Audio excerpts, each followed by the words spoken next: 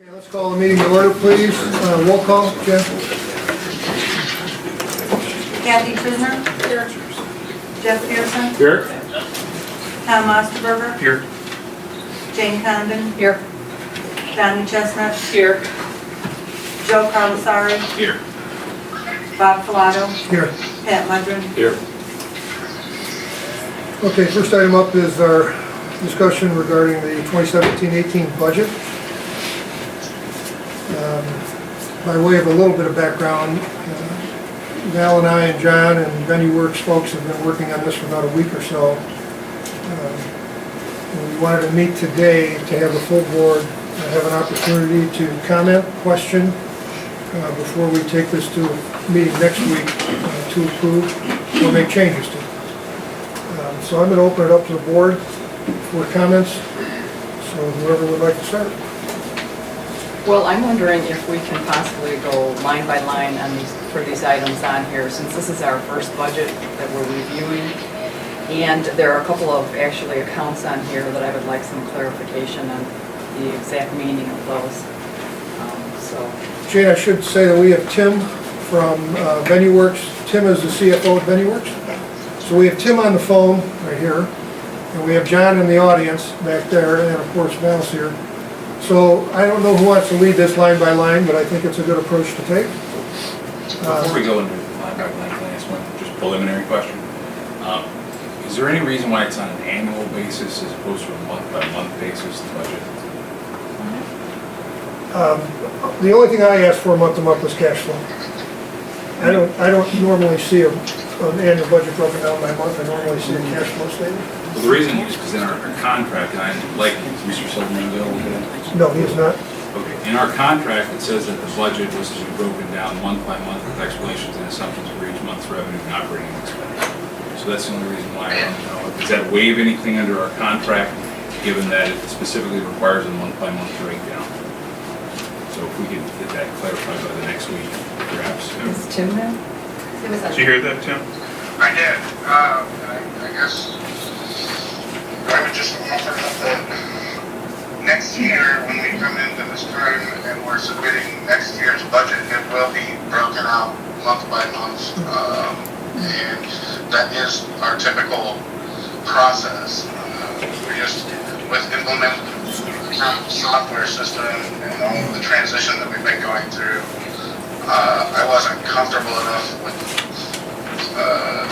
the data by month to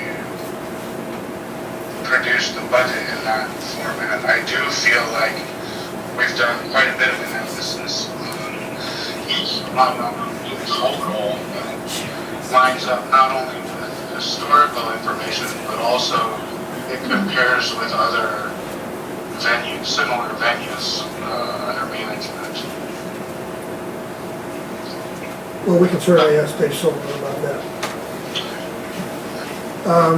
Who wants to talk about this line item through by through or line item by line item? Tim does? Tim, you're on the hook. All right. Well, the first two lines there relate to revenue from rent at the office space, and our original projections were based off historical data.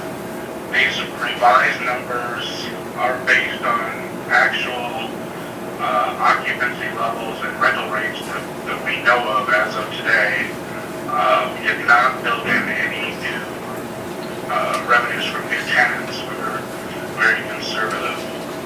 Does anybody, I think there was a spreadsheet that we sent out that supported those numbers that we used for FY18. Tim, for clarification's sake, we received a budget 2 weeks ago that was showing 2 Rialto Square with $410,000 in revenue. And our last budget of just a couple of days ago, it went to $245,000. So how, can you explain that, So the variance, please? original $410,000 number was based on returning to the occupancy rates and rental rates of 2016. You can see the actuals from FY16 were almost 409,000. So that's where 410,000 it came from. And as we started looking through this and asking more questions, we realized that that number would be pretty aggressive given the state of the space that we're trying to sell, and then also the lead time that it will take to bring in new tenants. So now, Tim, have you made some assumptions that people are leaving based upon a termination in their rate, or their lease? I guess I can't answer that specifically, but we did, we based it on the spreadsheet that was sent out. I'm trying to pull that up right now. There you go. That's the one.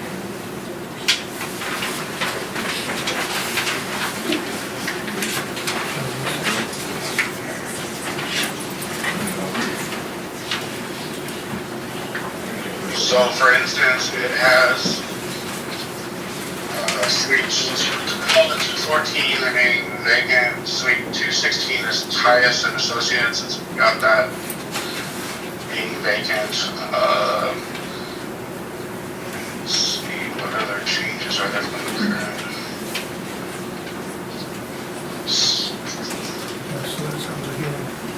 And then over at 2 Rialto Square, it has suite 202 becoming vacant. That is Stephen Plato Troy. It's got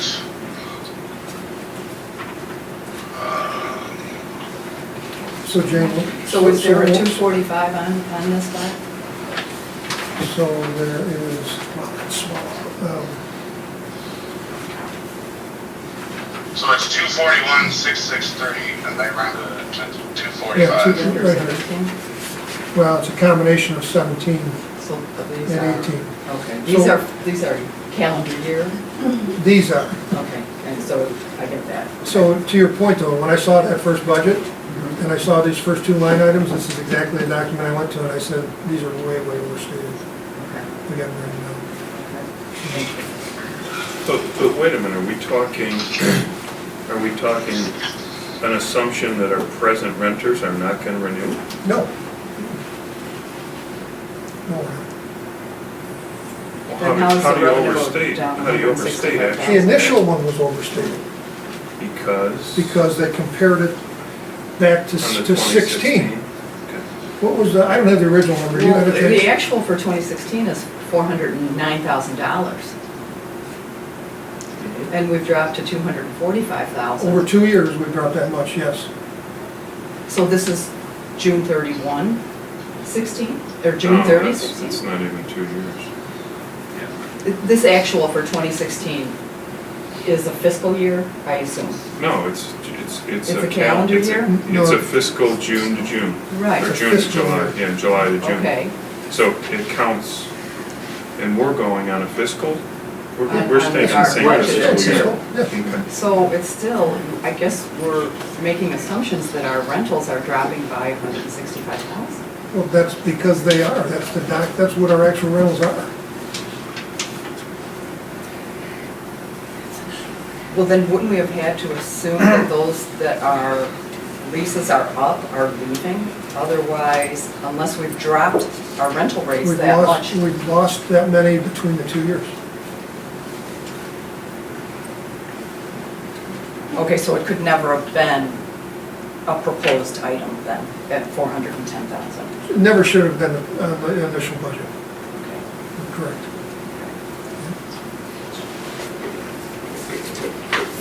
Okay,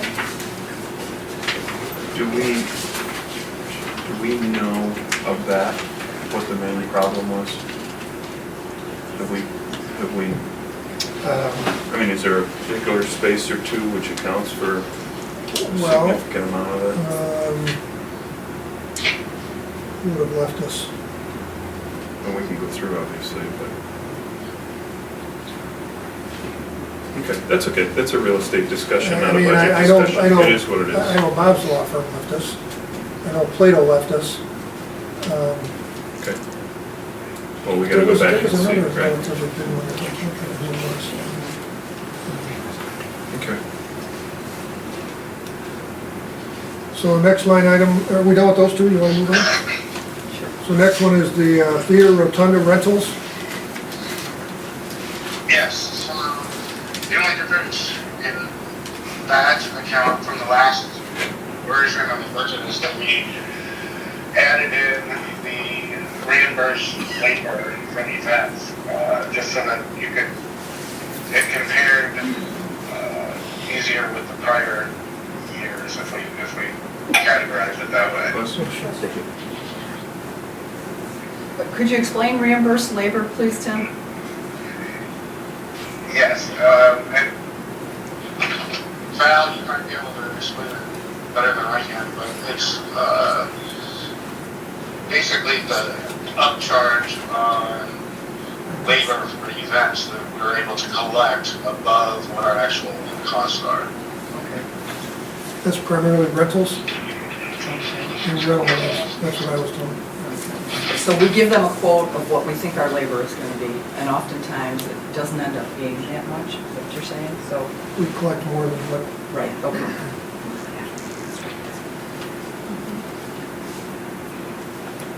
And then within the theater and rotunda rentals, Tim, from a couple weeks ago budget to today, we went from 285,000 to now 405,000. So it went up significantly, and that went up, why again, please?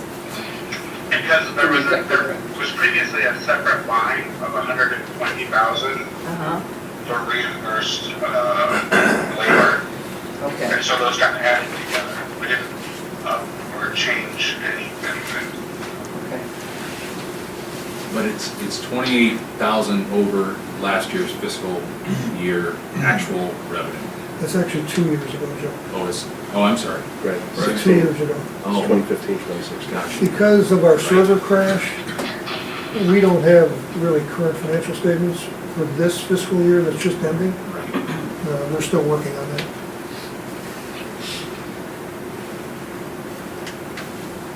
Anything further on that line? Not for me. Event sponsorships? Who's got that one? You got it, Tim? I can talk about it. It would be new event sponsorships. We've never dedicated an effort to get event sponsorships before. With Jack's help and his department, we've already attained some. I believe we're at 25. In the round numbers, 25,000 already. So we feel safe in putting a number in there dedicated to sponsorships that are gone out and sought for specific events. Is that 25,000 for children's shows? Yeah.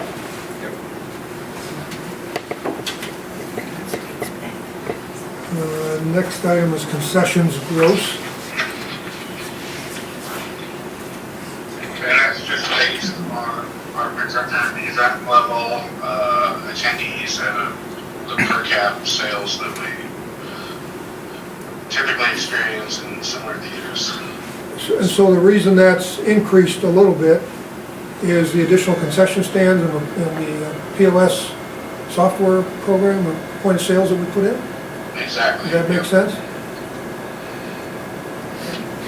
Is that based on 65 events for the calendar, or for the year beginning July 1? Correct, yes.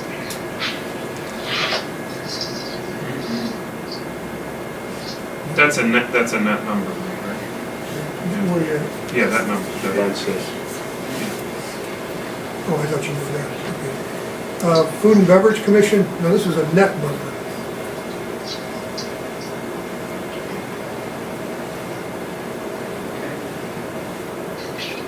Any comments there, Tim, or? Yeah, so this is basically based on historical information on what we've been able to collect in commissions from third-party caterers. You can see this a little bit higher than 2016. We're planning to attract more of that business. Comments? Yeah, Tim, real quick again, can you go back to concessions versus food and beverage commissions? So concessions is our total gross revenue off of anything we sell Correct? And the food and beverage commissions is a separate net amount we make for our catering events, that's however you make that? Correct, it's a percentage of whatever their Okay. sales are. Okay. Anything else? I guess why are we bouncing back and forth between nets and gross? Well, So, but net, we're making money off of the, assisting the caterers, gross is just a, because we're in the revenue section. right.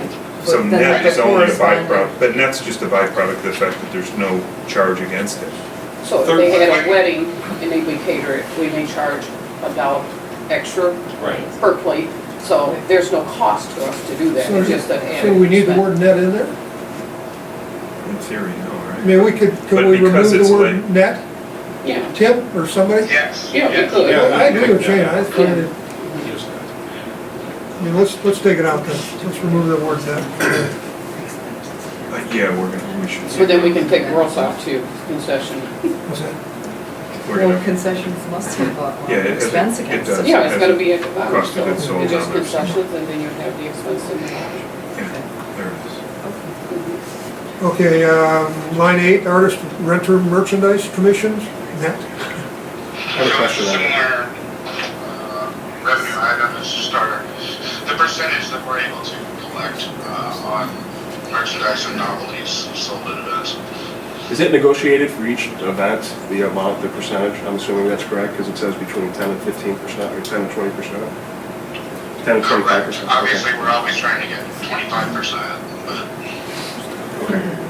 it's, and the reason that sometimes it's tiered depending on what the item is. So like, media, CDs, DVDs, those have a lower percentage usually.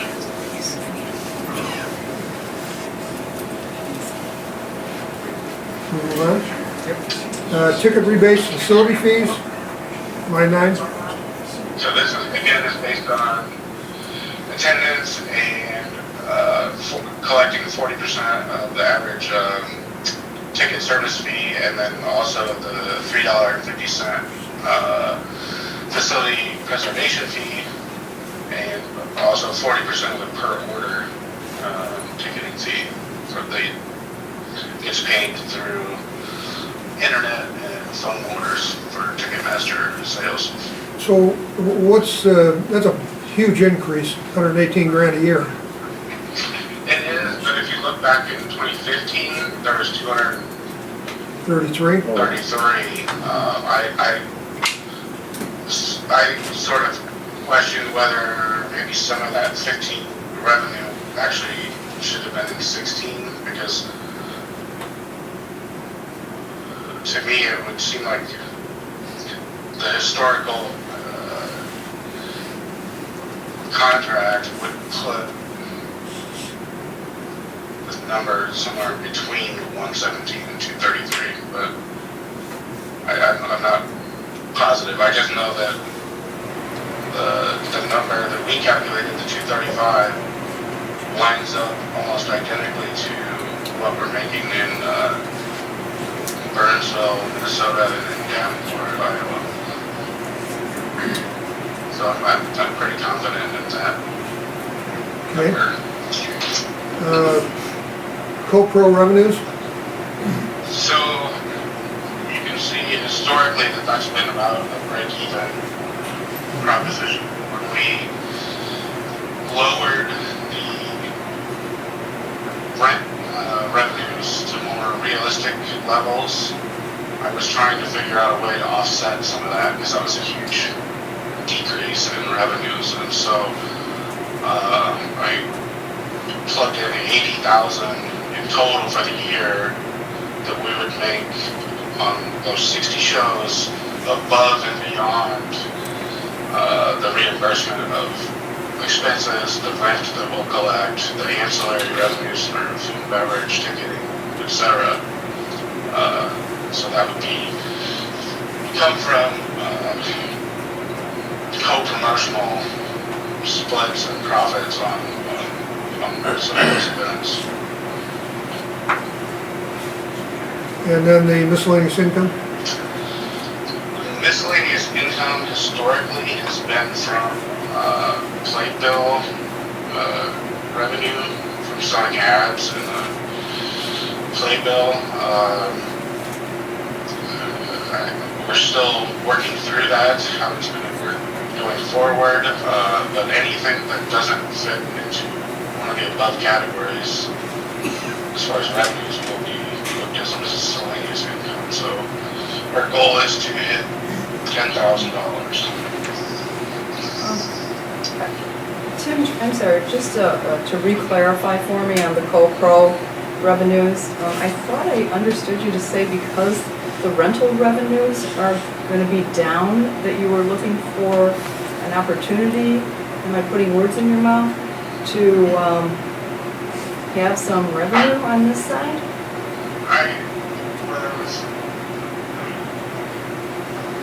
I was originally more conservative, and I projected 0 for GoPro revenues because we might win on some shows, we might lose on others. And once we readjusted the revenue from rental of the office space, it was such a huge impact to this overall budget that I wasn't quite as conservative. And we have been able to make that sort of money in other accounts, but it swings from year to year depending on who's on tour, who gets booked, how tickets are selling. It's just a very hard thing to project out, and so I'd rather budget that we're going to make 0 and at the end of the year say we made $100,000 than have it be the other way and actually have it be a net loss for the year. So I typically like to be more conservative, I guess. But we've had 0, Tim. How did we go from 0 to 80? Based on what we've been able to do in successful years at other theaters. Okay. Is there and maybe this is a John Vale question, is there a goal to do that? And given what it looks like here, is that a realistic possibility? I mean, I'm all for it, don't get me wrong. You were very good in explaining several months ago to me when we were talking about the contract, the difference between the ticket fees and the co-pro. And I think we, as a board, have to talk about the co-pro more. But given what it looks like over the next year, do we have a shot at even getting near that, I guess? Right, and did you then go show by show that we're going to have and say, I think that this show is going to easily be able to bring in a profit of 10 grand or something, or is it a little bit more Well, we have to do it first, right? Well, right. And what do those programs look like? It's very difficult to predict what your GoPro profit or loss might be on a concert that's happening 6, 9, 10 months from now. Especially if we haven't booked them. But we have some idea what type of programs we would try to co-sponsor with? I think it would tie to the programming and what we've seen historically in other facilities and what we've been able to do elsewhere. It is, very frankly, it's a crapshoot. We don't know how many bags of potato chips they're going to buy. We don't know how many tickets they're going to sell. We don't know what our ticket prices are going to be. And we're trying to speculate. What we are doing is working with VenueWorks Corporate to do more co-pros than were done before, which I think helps explain the fact that the line is even there over and above what we used to do in the theater as far as buying and taking all of the risk internally and not having it prove to be beneficial to anyone. Just hypothetically, then, how many shows will we partner with to generate 80,000 typically? that's again, that's a real gamble, and in the 8 to 12 range as co-pros. But again, you could have one big winner. Now, I remember 1 year ago, I had a 5,000 seat arena where I had a big winner, and I made 60,000 in one show. That was quite by accident, but you know, every once in a while you get real lucky on a gamble that you take. And you know, a co-pro is a gamble. It's a gamble for the other side, whether it's VenueWorks co-proing or it's another outside promoter coming in and co-proing with us. Everybody's taking a shot at it because we feel, based on historical data that we have from other facilities, it's got the potential to prove to be good. And also remembering that with each and every show we do, we're getting back out in the game again. You know, there was that time frame when it was tenuous. And so now, every time we get something under our belt, it's just a reminder that we're back out there and we're doing business and, you know, we're fair game now. Well, since in budgets we usually make assumptions and we're normally going to probably try to be conservative, could we assume then that this is not conservative?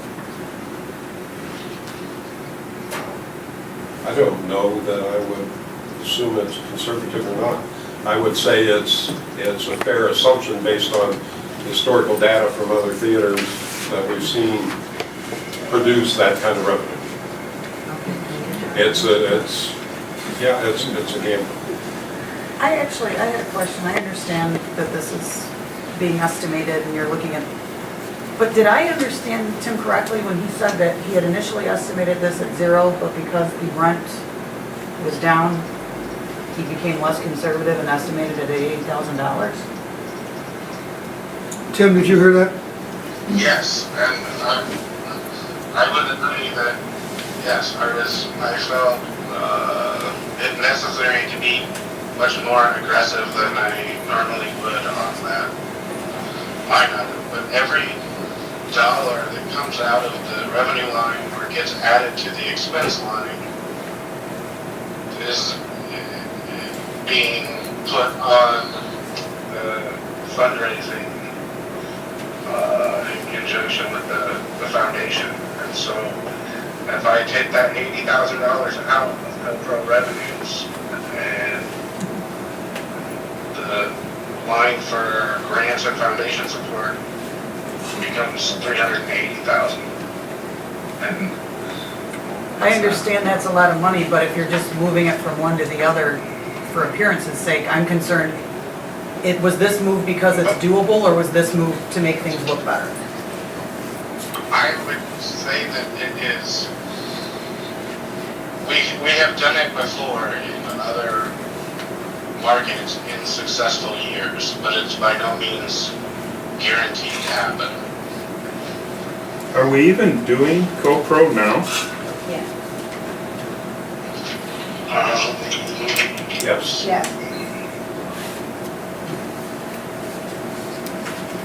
No, just answer. Yes, sorry. Yes. Yeah, Tim, the answer is yes. Do we have a year-to-date? I was just running down the hall to ask you. Yeah, No, no, we are. You got a green light on this, Tim. I thought so.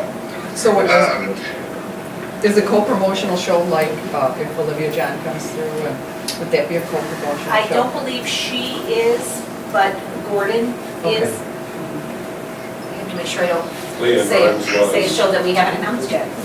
And Do we- how does, I'm sorry, John, go ahead. I was just wondering if we had a year-to-date numbers for co-pro currently. Did it give us something to reference? I don't. I don't have I that. do, There's been a few VenueWorks co-pros yeah, that we can pull those numbers. yeah, okay. we So get those. very roughly, what does that look like in terms of the agreement? Well, there's several different ways a co-promote can go. It can be, VenueWorks has been a good co-pro partner with us in some of the shows because we, the Rialto, are not at a point where we can take risk. I'm sorry, I'm pulling around. So a lot of the shows have been co-promotes with VenueWorks and someone else. Sometimes we get in the mix with it's called a no downside. So we can't lose any money. We can only make money if the show makes money. So there's a variety of different prototypes that it can follow. But are you guaranteeing ticket sales, guaranteed minimums to the performer? Well, pretty basically, the performer is always guaranteed money. That's just kind of the way that goes. Now, depending on some deals, they are structured whereby if the show does really well, they get what's called money off the back end, so that it's kind of like a nod to, you sold tickets really well, we all did really well, so you get a little bit extra. That, that can go either way. So rather than just taking fees, we're guaranteeing a certain amount of payment, we're taking the risk that we don't cover, but we split the profits after certain numbers. Yes. Okay. Do we want to walk through this, continue, and maybe come back to that line? Go on. Okay. Let's move down to expenses then, Tim. Okay, so, the only difference on staffing is that, I think the previous version, this might have been broken out differently, but we combined things to make them, more comparable to prior years. But you can see that in total, we're showing, salary and benefits going down about $190,000 from 2 years ago. Tim, we're in search of a marketing person. Is that person included in this? Yes.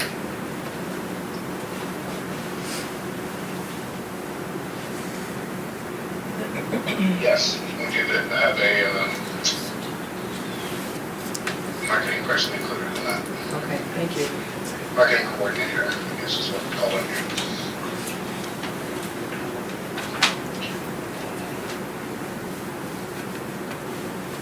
Ready to move on? Questions on staffing?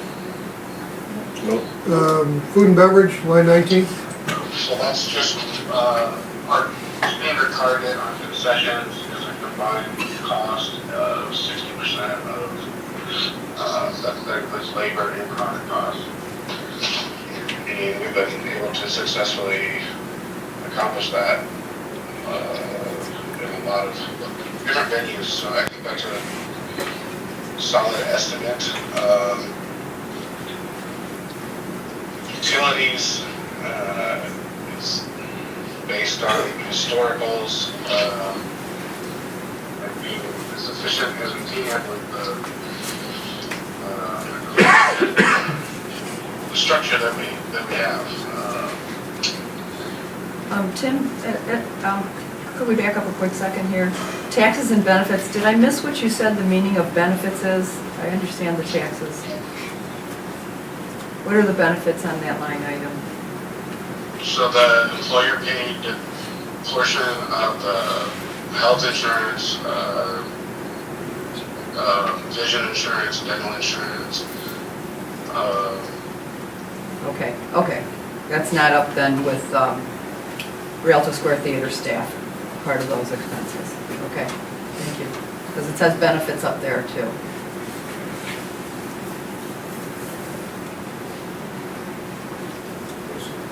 Oh, I see. Yeah, we It should should just say employer paid taxes. Yeah. Benefits should be there, yeah.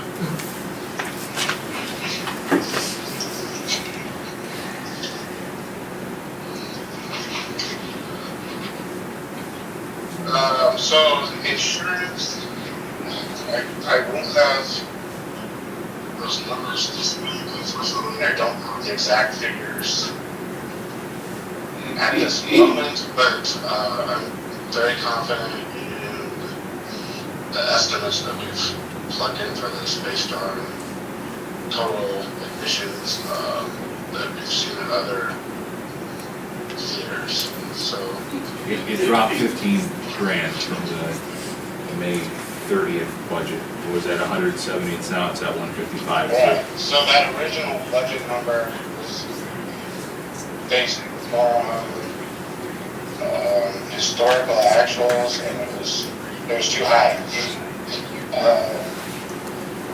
But this 155 number is much more realistic, and honestly, I hope, I think that it will be a year, but I don't know for sure.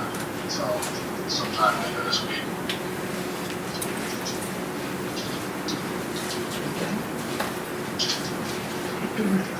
Administrative expenses, we do have a breakdown, I don't know if everyone has seen it, in that packet that Val handed out.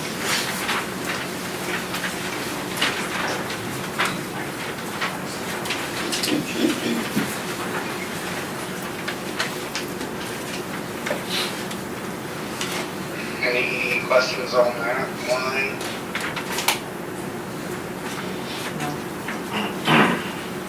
No, credit card fees,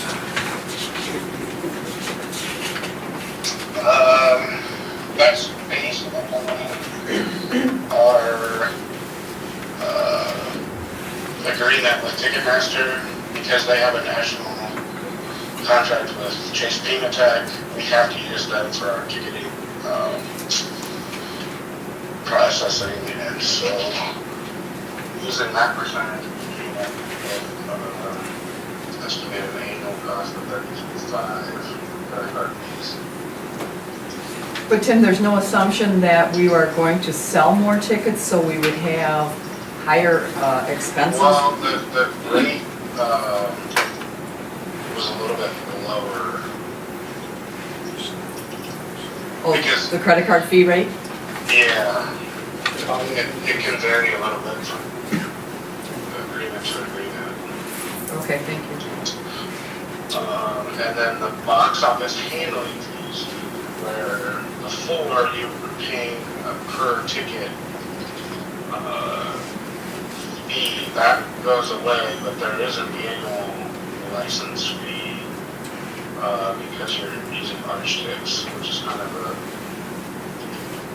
Cadillac of ticketing systems, but it's not an unfair or unreasonable rate based on other contracts that we've seen.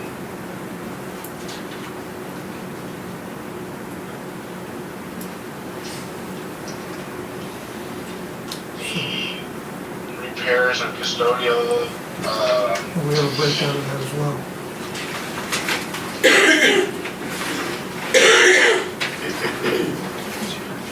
we did provide a breakout of estimated costs for repairs and custodial. Those are very difficult to predict because we don't know what's going to break or when, obviously.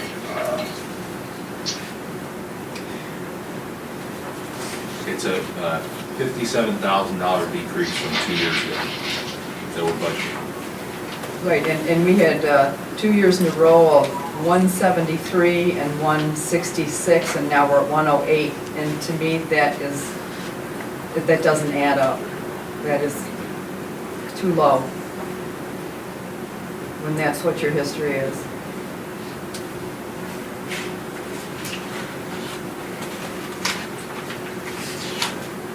I mean, it's 2/3 of what it was 2 years ago. Give something a separate line item? Did the previous, Well, but when you look at 2016 and 2015, those numbers included large one-time purchases. Those are let's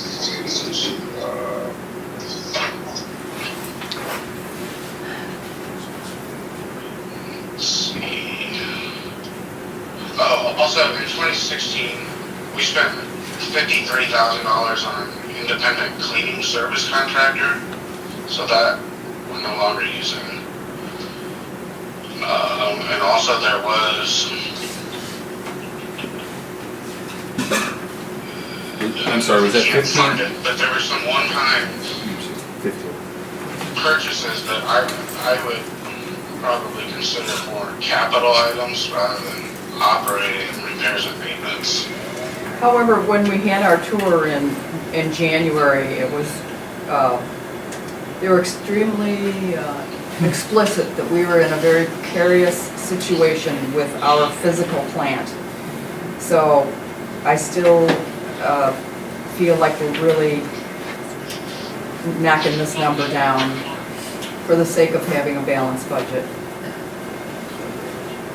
I don't disagree with that, but I'm not sure We have no capital fund, right? That's, Well, the line item says not large capital projects, which is clear. The real issue is this number sufficient to maintain the premises for our tenants or future tenants?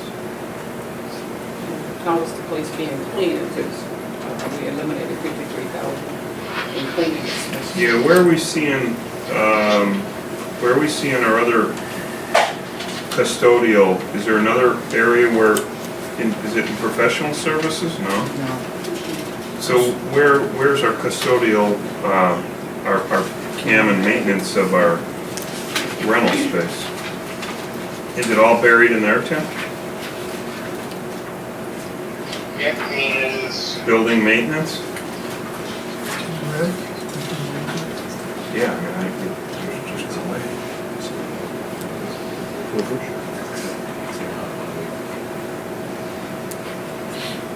we have 100,000 in part-time operations. So, see, where were we? so Line item there, Tim? it's the first line for Rialto square for staff.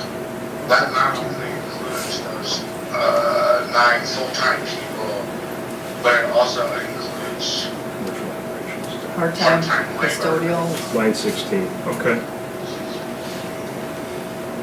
Okay.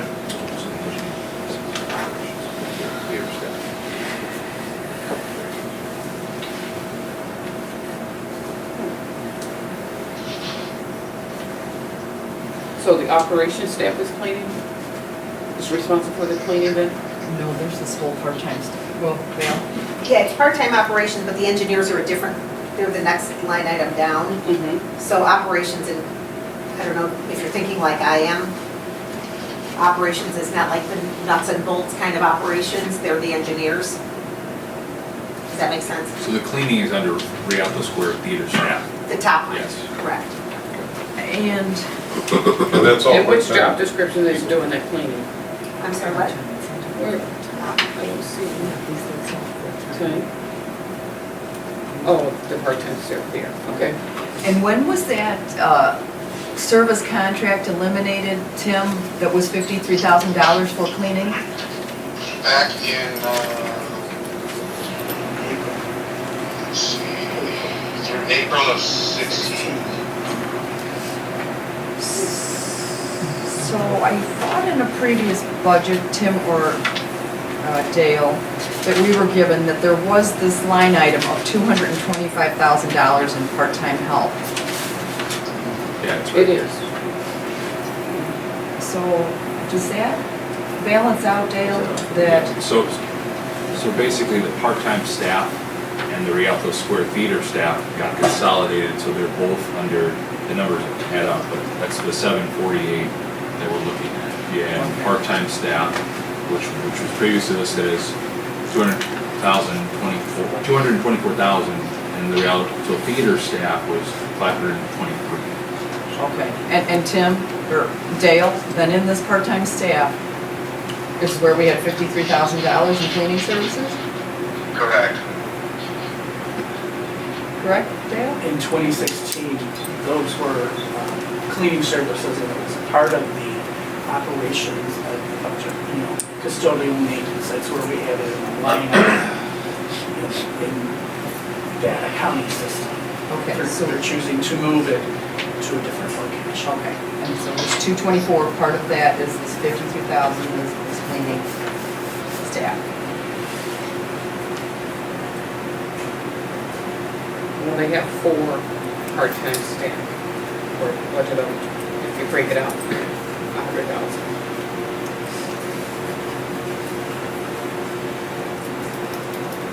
So then it's been reduced.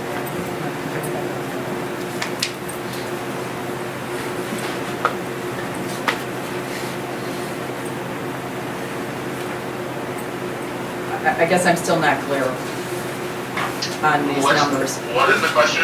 I guess my question is to be assured that when we had a part-time staff that cost $225,000, our labor or our janitorial services number of 53,000 was in this $225,000 part-time labor. That was my intention, and it's, the number's 224,640. Yeah, correct. So that included the janitorial of 53,000. Correct. Okay. But I think we're confusing. The 53,000 was in the 2006 budget under 2015. 2015. So when we looked at the breakdown, those expenses weren't in there, they just put up as part-time staff. And we have part-time operation staff, part-time ticket office staff, and part-time non-event staff. So, and that's what made up the 225. And it was 225, and it's Right. still 225. Good. Thank you.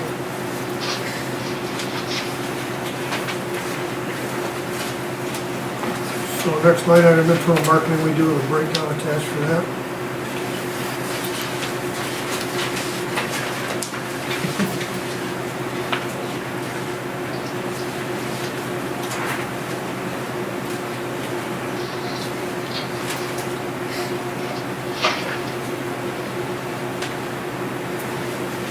Are there any questions on that one? So, No. It's a new line item. Okay. The next two lines are indoors management fees.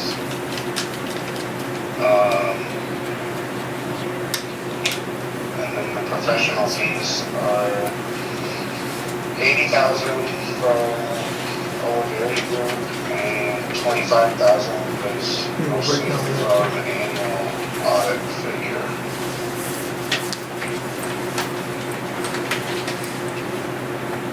And some payroll processing.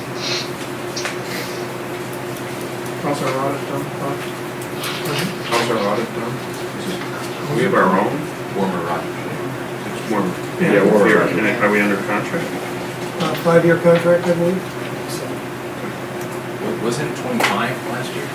The audit? There's a small incremental steps in their contract, yes. Incremental. 2025. But are we budgeting 220,000 here? Is this correct, Dale, the 20,000? Yeah, that's right. 20,400. That's the authority side. They also do the foundation. And that's the balance, they're preparing Oh. the 990. So that whatever was last year included the foundation and the Mhm. authority? Okay.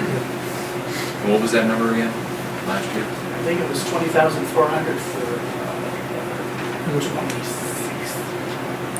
The 2015 audit. And they're under a new contract for just 2016.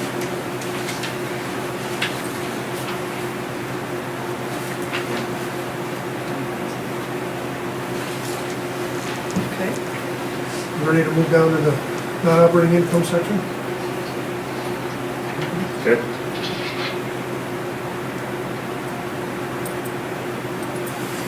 So we have our current funding, the determined funding support from the foundation and grants. You can see that historically the number has been higher, but we have been receiving an endowment that will not be beneficiaries of now that the loan has been taken out from the equipment. So, as I mentioned earlier, that figure, the 300,000, is basically what we think we need to break even before depreciation expense. And as has been correctly identified, the two biggest variables on this budget are what we can make from co-pro revenues and what we'll have to spend on repairs and maintenance. So has this 300,000 been discussed with the foundation, and do they believe it's achievable? Anyone, Jack, John? Yeah. Yeah, we had that conversation today, and drift I had from that conversation is they believe it's attainable. Based on their historic numbers and what has already transpired this year.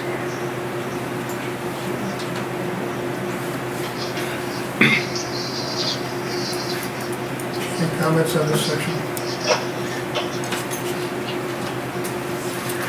And then the non-operating expenses, Tim? Oops, sorry, Joseph. Yeah, it went up another $5,000. I was looking at a different number, the one that was sent out last week. It was at 295 and now it's up to 300 for the foundation. So, 295. So, when I increased the repayment on the foundation loan from 50,000 to 56,000, it made the bottom line negative, so I added $5,000 in foundation support to make it so it was a black number instead of a red number. Good move. Basically, I wish you'd do something on the revenue side, just make it pour in, Tim. But that's the nature of the budget process, I mean.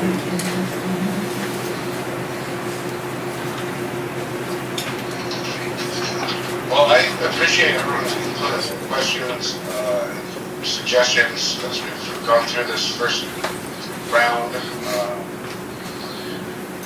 And I'm pretty comfortable with what we are recommending today. So if anybody has any follow-up questions, please feel free to get a hold of us. I mean, I don't think it was the intent of this board to approve this tonight. This was more of a workshop, ask some questions, review the documents. So what would our situation be, or how would we respond, Tim and John and Val, if in fact our promotional, our GoPro revenue ends up at 0, and our repairs end up another 65,000, and now we have a hole of 140,000 or something like that? Then what happens? Well, ahead of that, we'd be making, if it was the situation that drastic, we'd be making staffing cuts and cutting back wherever possible. I mean, we'll be able to, we're gonna know after the, first couple months, 3 months of the fiscal year, how things are trending, and we'll be able to bring recommendations on how to proceed going forward. So, I don't know. John, do you have anything to add to that? Not really, other than the lack of a capital improvement budget is incredibly scary. Agreed. For catastrophic failures, there's no alternative plan. And I don't know exactly how we address that. In the past, the foundation stepped to the plate for a few things. In the past, the city also stepped, to the plate. And I don't know where that is. I honestly, that's a wild card.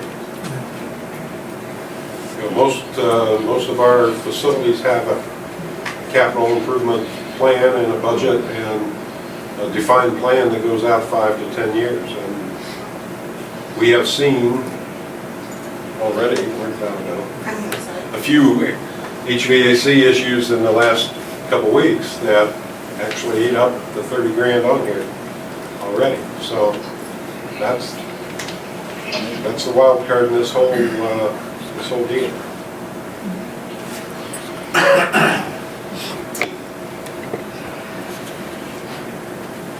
Any more comments?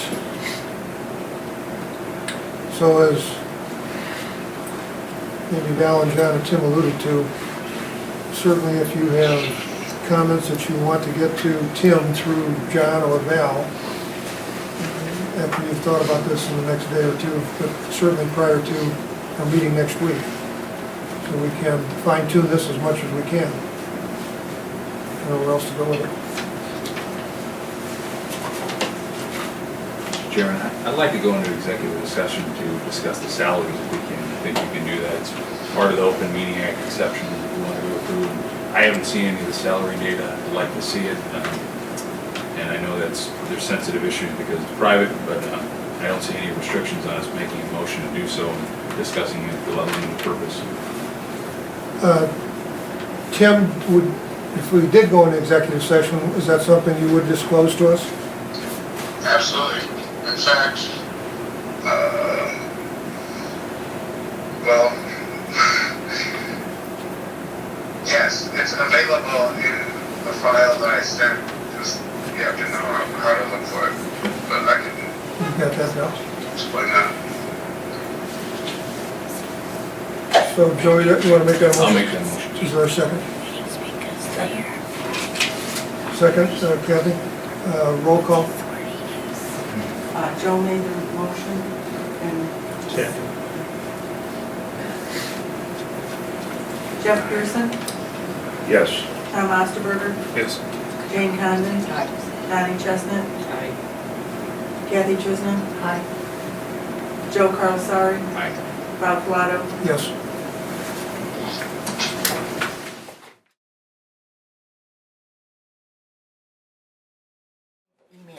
Okay, we'll go back into session. But I said, he says, I know I've been, he said, I know I have been Before we overloading go it. on to the next agenda item, is there any further comments from the board regarding the budget discussion? Anyone? I just want to thank everybody for putting in the time and effort that they did. I know this was, we had a lot of questions for you, and you came up with a pretty comprehensive document, and I just appreciate that. Okay. Under old business, we have review of property management proposal.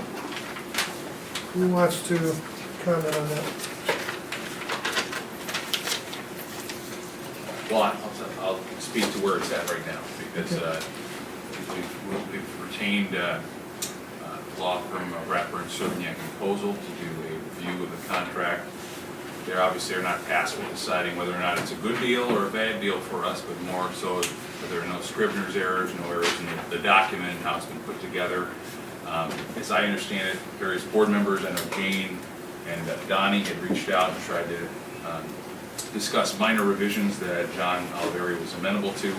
It's my understanding that Tom was also going to potentially be reaching out to John.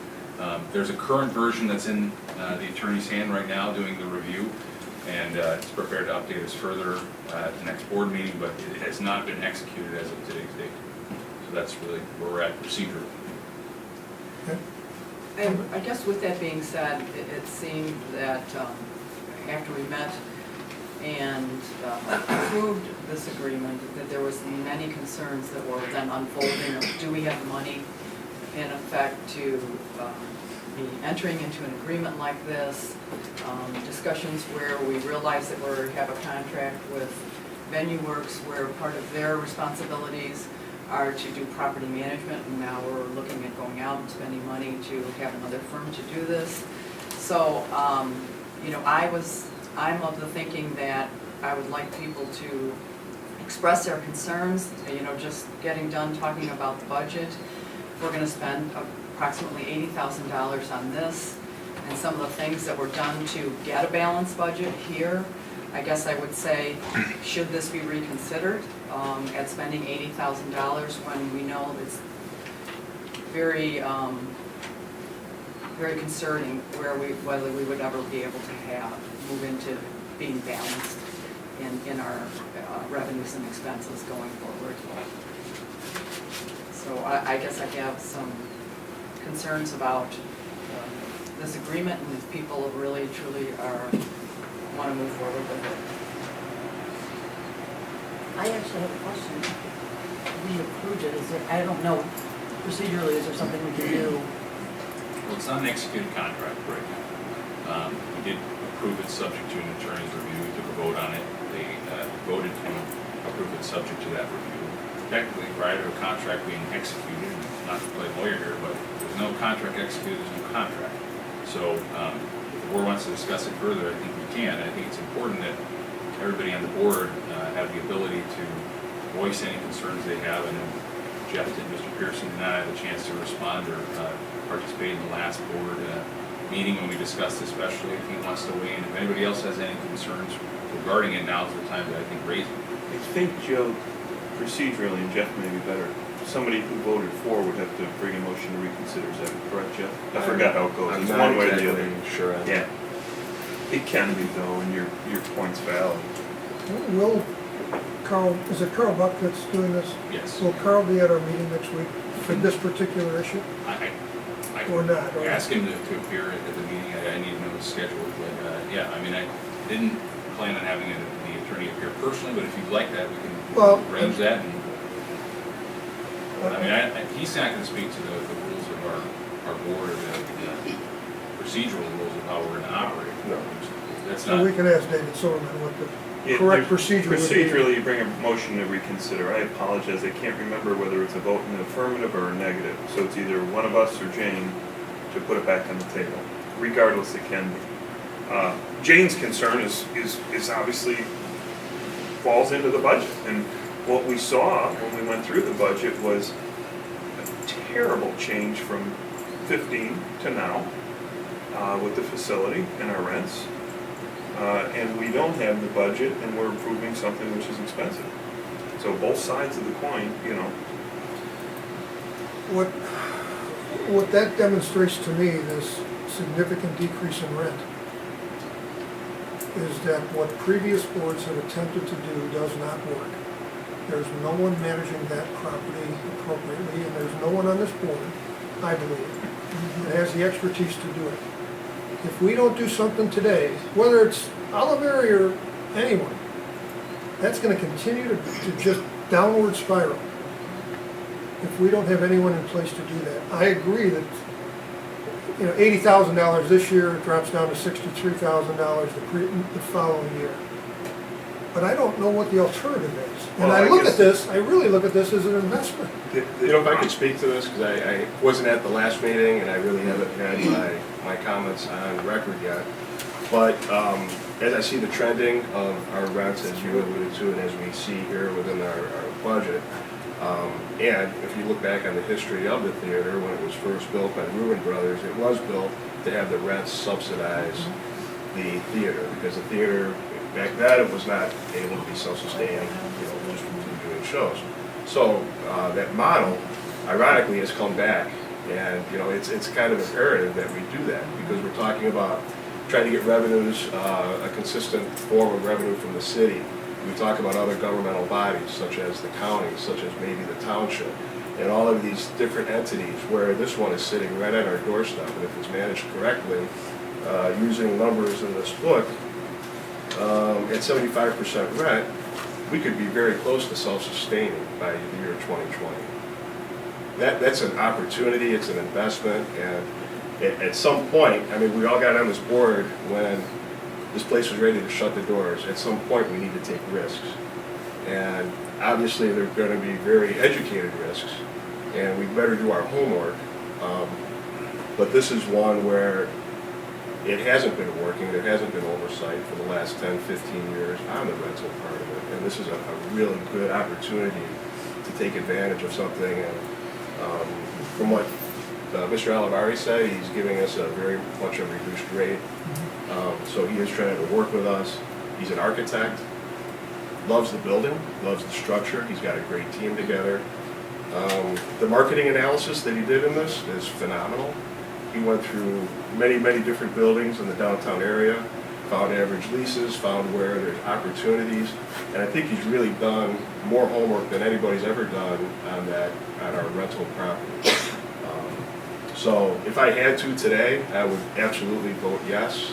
I see it as an investment and not necessarily as an expense that we, at some point, we have to take the risk. It is a three-pronged contract. You can take a risk, but sometimes you have to have control risk. Is it possible we can start with one piece of this and with the intention of moving forward? Because maybe we do need a change in the broker to attract more tenants to this property. So we can start there. And if we can start to get more tenants, and then now you have more income that can offset to pay for the property management, that you don't go in all at once, because that 25,000, I don't know, Val, I didn't see it, where we would get that 25,000 that we need to put on the side. Can Granted, that be people- negotiated though, wasn't that talked We about? wrote it out in 5 months, 3 to 5 months, he said we can wait with that on. So could you share with us what either you and or Jane or Tom or Joe or whoever it is, what minor changes were you proposing to the contract? Well, the one that Donnie is referring to is they were looking for us to put $25,000 into an escrow account. That if there was any issue of something being paid, that we would have this $25,000 sitting there, of which obviously we don't have those kinds of dollars available to just set in an account for Oliveri Brothers. So John had said he was willing to push that back for 5 months and not make that a requirement of the agreement that we have $25,000 sitting in an escrow account for Oliveri. One thing, another item that he cooperated on was where you bring in another broker, and that those rates, Tom, you had talked to this a few times, that he would drop it to $1.50 a square foot instead of $2 a square foot. But he thought that you would have agents who might come in and want to negotiate those rates anyway, which I guess is to be expected. There was another item in here where they would do a 4% increase yearly to the rates. And so he did spell out the rates in here through the end of 18, but then I guess, we'd have to re-up the agreement. So I wouldn't want us to just go into another agreement and then that be, them to slip the 4% in there as an automatic increase to their rates to us. So he said we could scratch it for now, and we just would need to catch that, or be aware of that when we go into a new agreement. So that was scratched.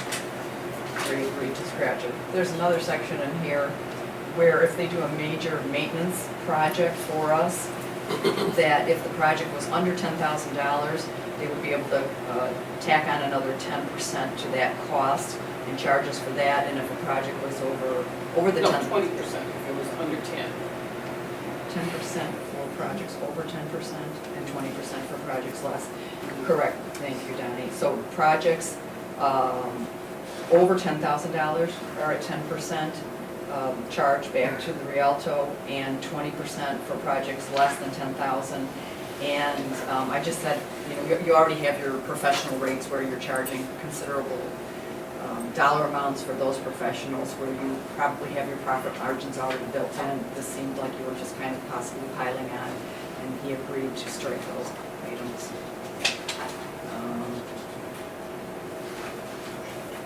Do we know how much that would reduce in dollars? It depends on the project. On the Right, project. right, so if you had a But for $100,000 all of these project. concessions, do we have that number? Oh, Or anything no. close to what being worked out? Okay. Well, just for references, I think, Val, you had a situation with the air conditioning unit. So if we look at those dollars, they were $53,000. 10% of that, we would have to pay in a fee. So I guess they're unknown right now, but they would have been part of the contract had we not asked them to make some concessions. And then Donnie had come up with one here too, that we would be charged an 18% late fee if in fact. 30 days late. Right. So Donnie was able to get those items changed. So have we made Carl Buck aware of these changes? The drafts were changed by John Oliveri. He sent the most Oh, recent he one, did. so they're Okay. reviewing the most recent one as I understand. So that, got those to them just a couple of days ago. But, Because, every one of those is a great suggestion and betters us. So, Right. Yeah, and look, our inability to pay at some point, it can't be a default under the contract. John knows the situation. John is well aware I of the mean, that's situation. not. Can we get a copy of the revision? So we'll bring it to the next board meeting. It'll be on the, we can put it on the agenda for revisit it under old business under the next board meeting. But the real issue that still remains is if everybody's comfortable with, after knowing the information about the budget, having the information now, going through all that, if we're confident that the expenditure, the investment, as Bob puts it, is going to be worthwhile. You know, I know a lot more going through these budget numbers than I did when I voted on that contract. Well, and I have one other point to make about our budgeting process in this agreement.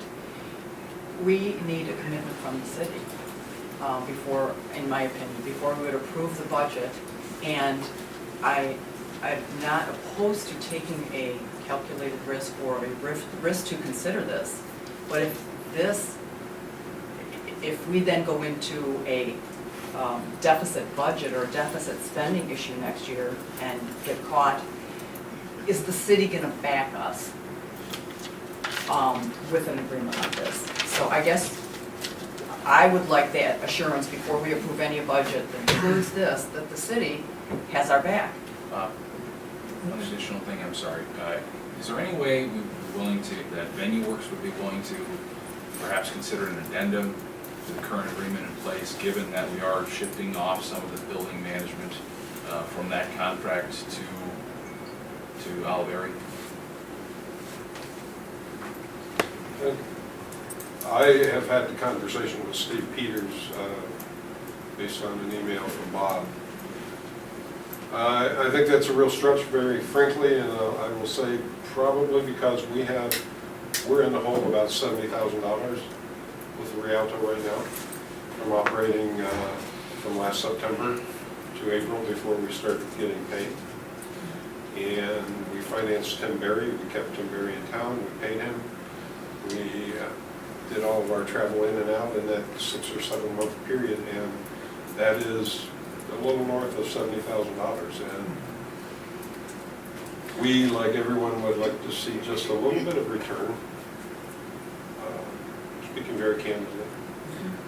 Shane, I understand your comments about looking to the city, but I don't know, Pat, you probably can answer this better than anyone. I mean, is it realistic that they would even consider this at this point, and given the time frame? I think everybody's familiar with what happened at last night's meeting. So based on that, there is no city manager. Marty Shanahan would be the one that would be making the recommendations if one isn't hired, based on the applications just closed. So the interviewing process from the firm that was doing this has just started. Marty's supposed to give us an update on exactly where that's at and some type of a time frame. Now, originally, they thought this could be replaced in 3 months. It took 6 months last time. So to me, we, the city, need to be prepared to have an interim city manager / Marty to present this budget. Jim Gandati, the fellow that was sitting there, is the head of finance, who is really the revenue and expense, but the revenue person that's going to show what the revenue is this year. And they'd like to get as many months in as possible. So in the past, we, the council, haven't gotten the budget until November, or the first rough draft of the budget. So today, to ask for a commitment for the $500,000 again, I'm not sure that the votes are there. Again, I'm just gonna go back to this 3-pronged contract here. Can we do it in small bites? Like I said, what part of it do we think can generate the best return for the Rialto? And then down the way, add the other components. Well, I don't know if John will even take it in 3 months. I don't think we get clarity from them if it's a piecemeal or if it's an ultimate. I mean, Bob, you may know. I don't know the answer to that. I mean, certainly can ask. Yeah, it's just a thought. I mean, you If the did dollars- not, you or Jane did not ask him that when you spoke with him? No, I think what happened was this was a lot of information to absorb about, as you recall from the meeting.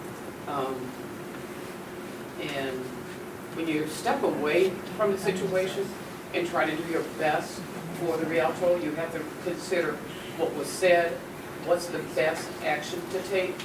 So in looking at everything and now here in the budget, I'm just thinking, because I do like the idea of having a company represent the Rialto for the brokerage fees, the management, but if you don't have the funds, the engineer service, that you don't have the money. You just can't escape that piece. And if we can control those risks and calculate that, see if we start to get some return on what we're looking to do in small steps as opposed to making this giant leap. Well, let's ask John. I mean, I don't see how it's gonna hurt to ask. Well, I mean, some of this has to be dovetailed through VenueWorks as well. Originally, VenueWorks' contract was to maintain these properties, right? And now we're hiring somebody else to do what we originally contracted them to do. I talked about that last time, and I mean, we need an expert, and that's who John is. But we don't need an expert. You go on the second floor of that building, and I'm there twice a week. I don't know when the last time the carpet's been shampooed. I wouldn't want to be there if I were a tenant. They have legitimate complaints, and we don't need John's expertise to take care of those basic things. We do need his expertise in the long run, don't get me wrong. See, but I think that's part of a grand plan, part of an overall plan, if you will, to address the issue. And I guess I'd ask anyone on the board, is there a good alternative? I mean, do you agree that this downward spiral is gonna continue? We're gonna continue to lose tenants and rental and lease income. Well, it has to be managed, there's not a doubt, properly. There's not a question about that. It has challenges that somebody like John's firm can address. I think the question is right now, 6 months, 8 months, we're looking to approve some, which is arguably upside down. And I guess my question then would be for VenueWorks, since you came into this agreement understanding that we had this property that was gonna be managed, what was your plan?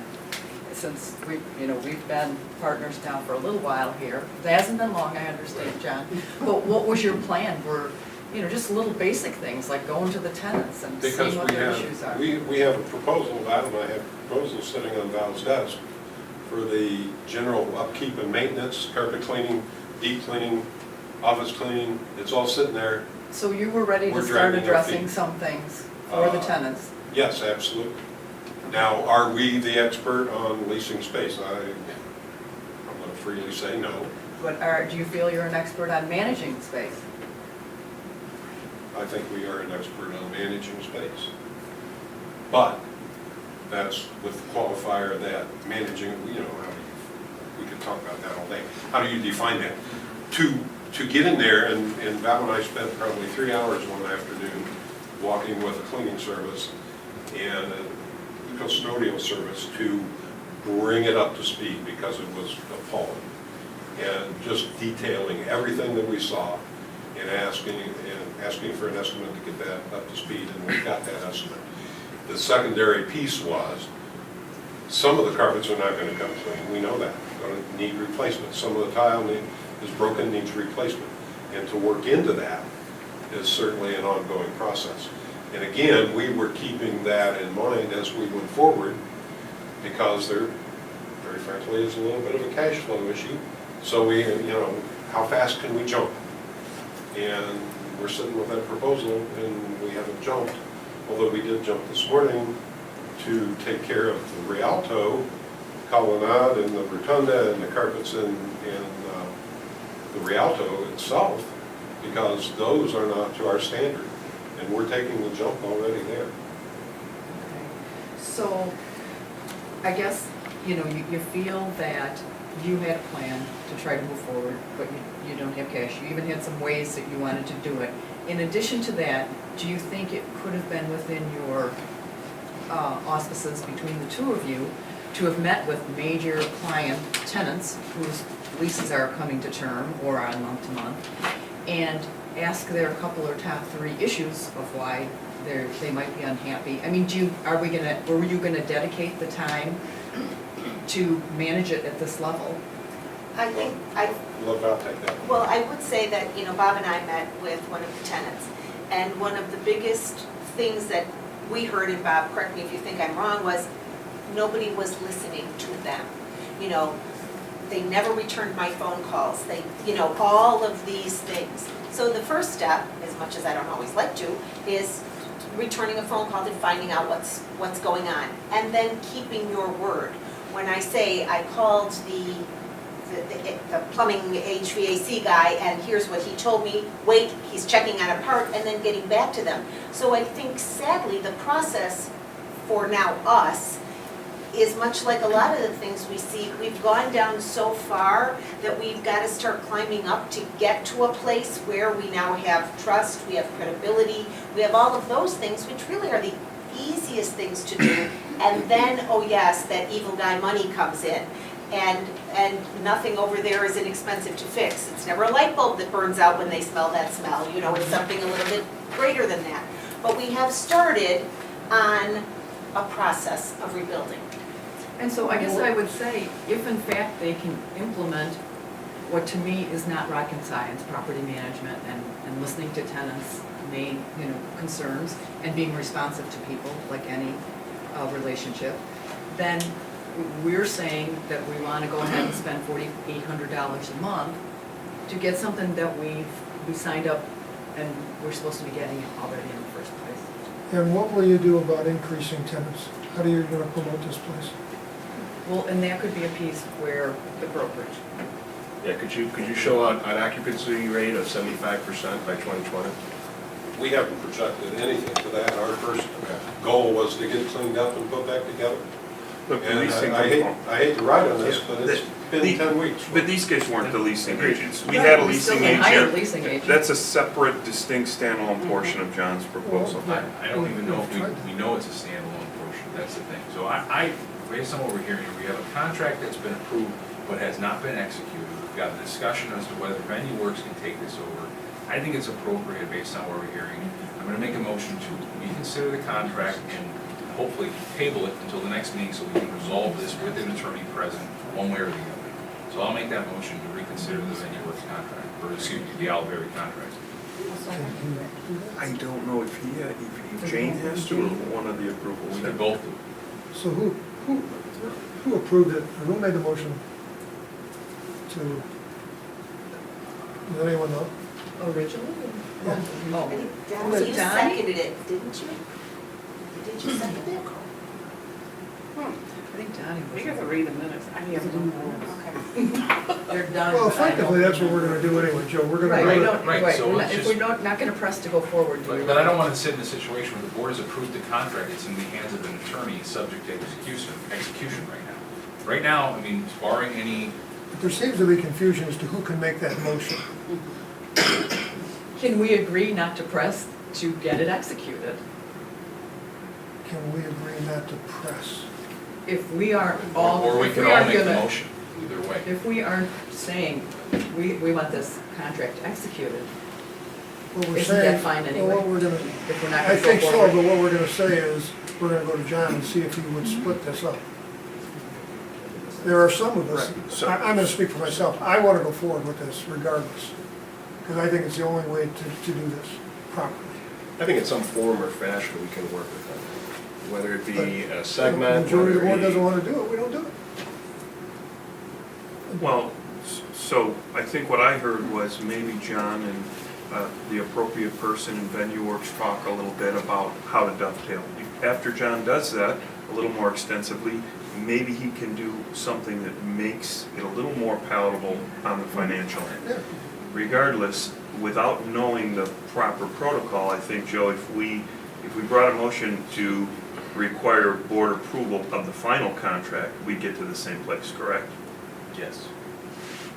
So we could see some of these changes, Right. rather than just I attorney just want to be approval. clear in terms of direction to the council, that we're not to move forward with executing it if they're, assuming there are no scrivener's errors or problems in the document. That's just so we're all on the same page. I mean, I don't, our direction to the council was review this, make sure there are no technical errors in the draft, and then execute it. That's not what we're talking about right now. So say again, Tom, what you think we can do? Well, I'm just saying that if, in order to make sure that the contract doesn't get signed, the motion could be to, our last motion that we approve John's contract subject to attorney review. Simply make the motion that we require this board to approve the final version. What he said is my motion. And what Joe brought up, we have the minutes here. and I move. Right, the question is whether you need a person in the affirmative or a person against to bring the Is there a motion to motion on the table? reconsider. There's a motion and a second, so we need to take a roll call vote. There's a motion and a second for what Tom said. Right, so you have it recorded, so Jan, you could do that. Cipher. And the motion was by, It doesn't by me, but with Tom's words. Repeat the motion. If you can, repeat the motion, Tom. So Jane's motion was that we require approval of the final contract with Oliveri. Board approval. They require board approval before final approval.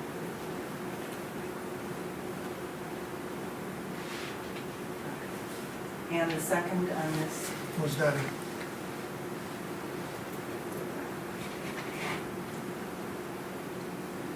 and, ready to vote? Hmm?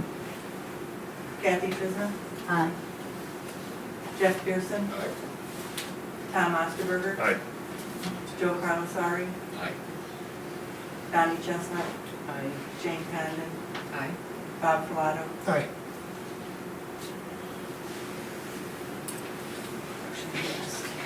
What's that? Oh, that's right. Any further discussion on this before we move to the public comment section? No? Public So, comment? I do Oh, have I'm one sorry, question. Jane. So when we go have our board meeting next week, we will be looking to approve, don't run away, Pat, because this involves you. So we're gonna look to approve our budget, not knowing about the next 250,000 that's supposed to come July 1. Is that correct? No, not July 1. We're good on July 1? We're good on July 1. Okay, we're good on July 1? Based on everything that's been given to us, you're good on July 1. January 1. Everything. January 1, we're not sure about. Okay, so we'll have to approve a budget, not knowing if we have our other 250,000 Correct. coming to us. Correct. Or whatever. Or whatever number. So there was maybe a bigger number. combination, yes, there was conversation a couple years back about changing fiscal year here to a calendar year to match up with the city, but that's an expense and lots of other things happen. Sure. And they never moved on. Okay. And the other issue, Jane, related to that is that, the mayor has just talked about publicly several other sources of dedicated funding. We don't have that in this budget. So, That part's great. Look, we have to hope and presume that the goodwill of the city continues based on our efforts. And I think, you never approve the budget. We don't, all of those line items, we don't know where they're gonna be. So I don't think it's crazy to hope and think that that's gonna happen if we keep operating to their approval. okay, anything for Pat, you need to run, go ahead. Public comments? Sorry. My advice is be as close as you can to the city leaders. Be as open as you can. Go to them, if they're left in the dark, they're not gonna give you money. So, I've talked to enough of them. You guys gotta be totally transparent with them and be right with them and step. Also, I'm glad you guys took a step back from the Oliveri thing. I can't see paying Venue Works to do something and then you're gonna pay somebody else to do the same thing. If you can find a way to dovetail, that would be great. Get some Joliet expertise because they're not from Joliet. But I'm more for you're already paying for something. If you can get an expert in to dovetail with them to help bring them the Joliet expertise, great. Thank you. Anyone else? Yes. Ron? Oh, I'm sorry. Go ahead. Dale? There was another component that we all missed an opportunity at the end of January. Remember, it was going to be an all-day kind of workshop. And the first part of that Saturday, we were going to be walking through the building. The second part of that workshop is going to be talking about and sharing with you ideas of a dedicated funding source. And I think we all have to do like what we've tried to do all along for the last couple of years, is to get some ducks in a row. And to do that, you have to start with building a three-legged stool, and you gotta do it one leg at a time, okay? So you've got part of that three-legged stool already done in terms of VenueWorks being here, in terms of a board and a commitment from the city. Those things are there. I think this board needs to take it upon themselves, not necessarily looking and relying on other people to tell you what your dedicated funding source should be, but to come up with your own idea and alternatives about how to achieve that. They're very easy to do so. And I think we need to have a workshop so that you understand what you can do as a board. And then you can go to the city and say, okay, city, if we have this dedicated funding source, we want you to be a part of it. We want you to help us achieve it, because then we're not going to be taking money from the city anymore.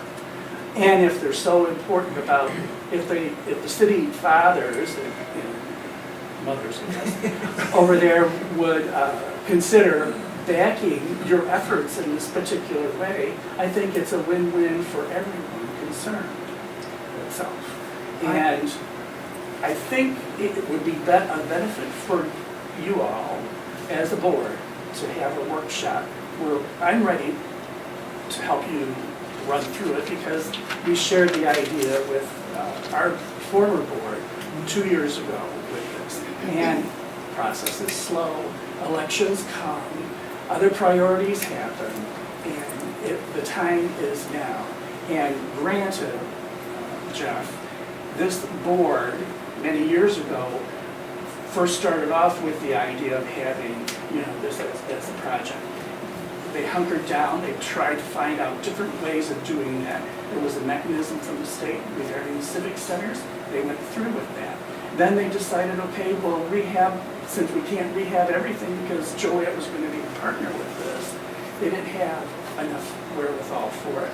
They took and sliced the baby up in smaller increments so that you could achieve it. And then all of a sudden, there was a way of building out 2 Rialto Square with additional funding that was plausible and long-term leases.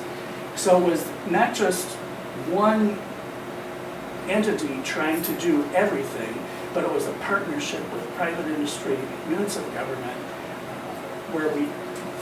which we are today.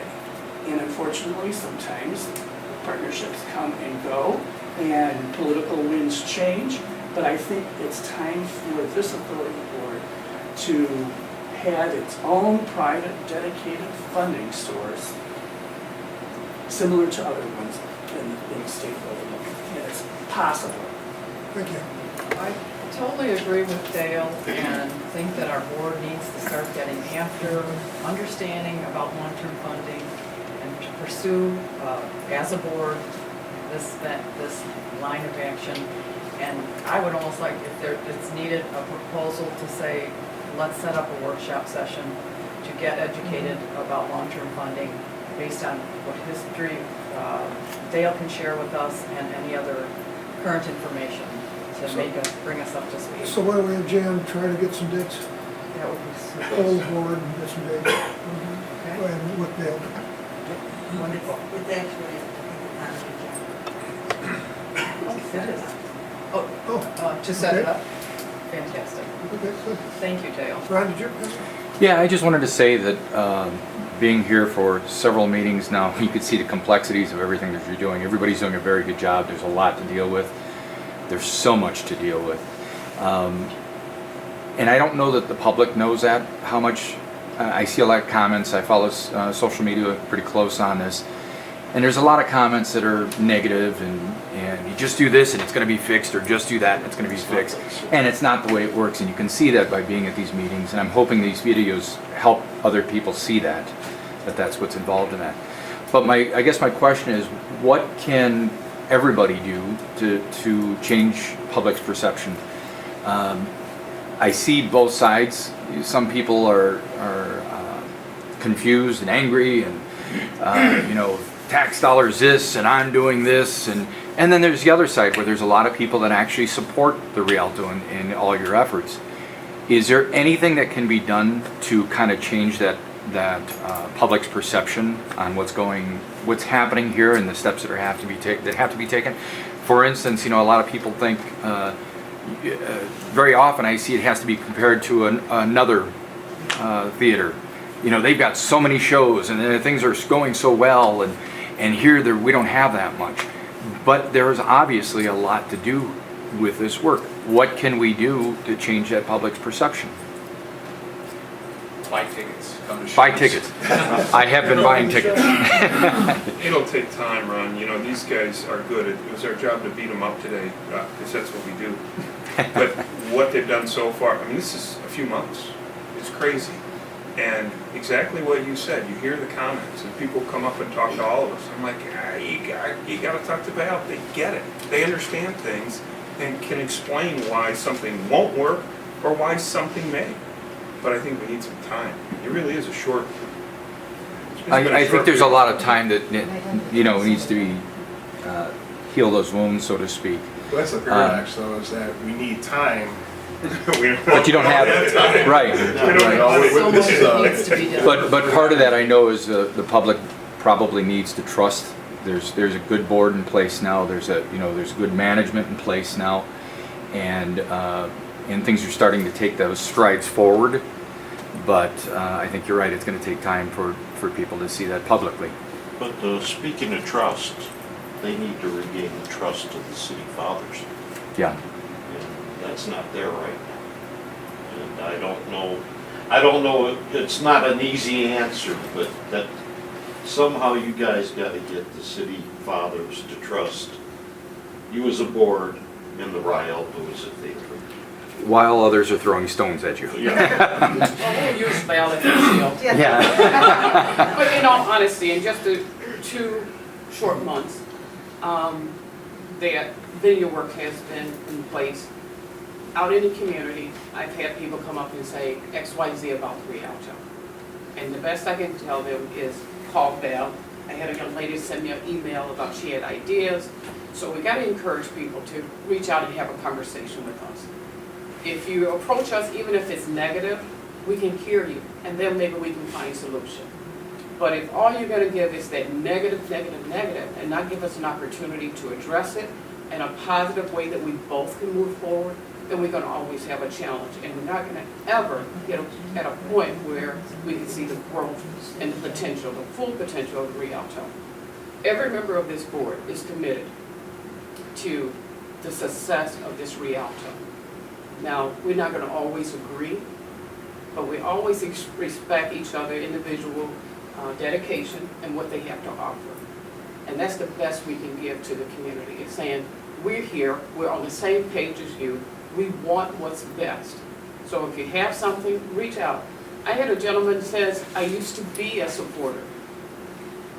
I'm a board member. Okay, I've heard that.